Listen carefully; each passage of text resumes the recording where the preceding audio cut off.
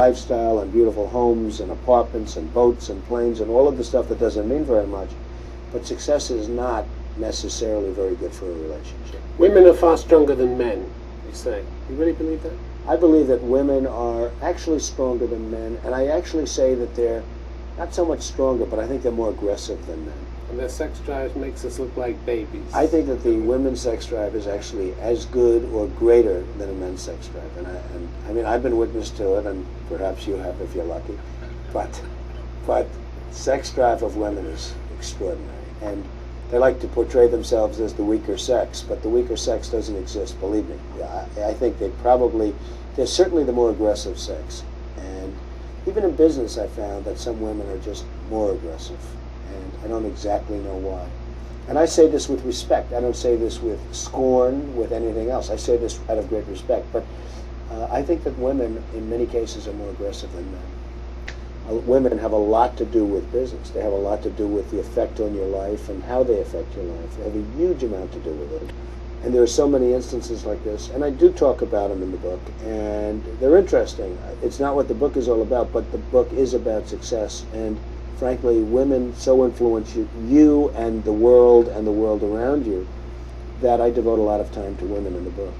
You say women have one of the great acts of all time. The smart ones act very feminine and needy, but inside they're real killers. It sounds though you have almost this sort of love-hate relationship with women. Well, I might. I mean, I have mostly a love relationship with women because I totally admire and respect and love women. I think women are incredible. But I really do. I feel that there is I feel that the smart ones are the ones that really go out and do it without waving the banner of women's liberation. And if you look at the really successful women, those are the ones that have not had to wave that big banner. They've just gone out and done it. Welcome back. Well, here they go again, the party of inclusion and tolerance, trying to tell us what to do and how to act and dictate how we're allowed to identify. Together, they say, together we rise. That's what the Women's March on Washington claims they're all about. They're set to gather in D.C. on Saturday. They expect tens of thousands of women to march. They're anti-Trump, and they want women across the nation to join them.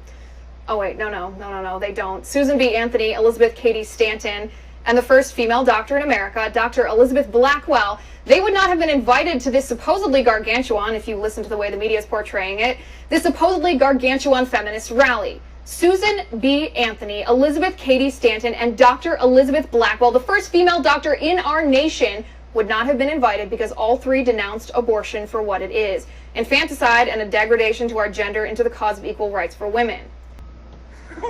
Michael! Ashley! My name is Ashley Judd. Ashley Judd is here! And I am a feminist. And I want to say hello to Independence Avenue in the back. I am a nasty woman. I'm not as nasty as a man who looks like he bathes in Cheeto dust. A man whose words are a diss track to America. Electoral college sanctioned hate speech contaminating this national anthem. On the Republican and Democratic tickets, I think I'd get along very well with them, and I think you'd have a lot less gridlock in Washington if I decide to do this and if I won. You know, nobody talks about the soldiers that are coming back with no arms and no legs. And I saw at Mar-a-Lago on Mondays, I make Mar-a-Lago my club that you know about. In Palm Beach. I make that twice now. On a Monday, I let returning Iraqi injured soldiers come to the premises. The most beautiful people I've ever seen, but they're missing arms and legs. They're with their wives, sometimes they're with their girlfriends, and the tears are coming down the faces of these people. After leading a women's march at the Sundance Film Festival, comedian Chelsea Handler decided to tear down another woman, our First Lady Melania Trump. What about Melania? Would you have her on your show? Melania? What, to talk about what? She can barely speak English. I don't respect either one of those people. Yeah, you're a real champion for women.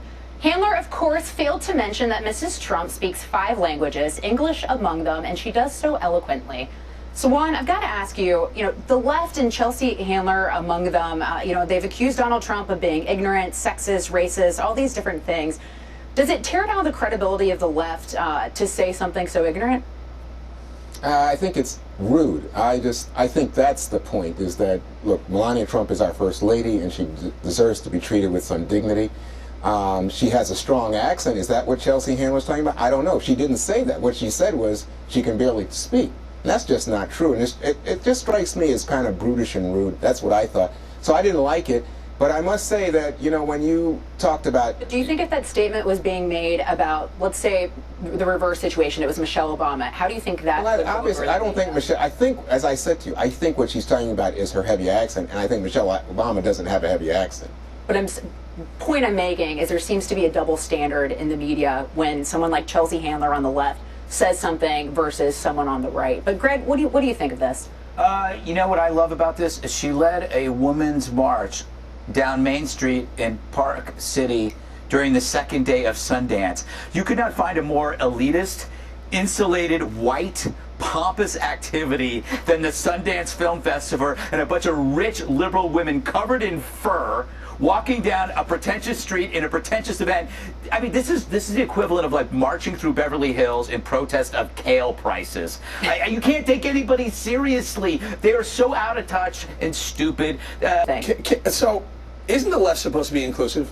Right? Could you be more bigoted than to make this comment about Melania's accent, who, by the way, speaks English, French, Italian, German, and Slovene fluently? Chelsea, how many of you speak? I'm just curious. How about this, though? She had tweeted in October, hopefully an interpreter will be present when Donald Trump and Melania will give their speeches on the campaign. She's doubling down on some pretty, I guess, disgusting rhetoric. You know, it's been anywhere the 45th President of the United States of America, Donald J. Trump.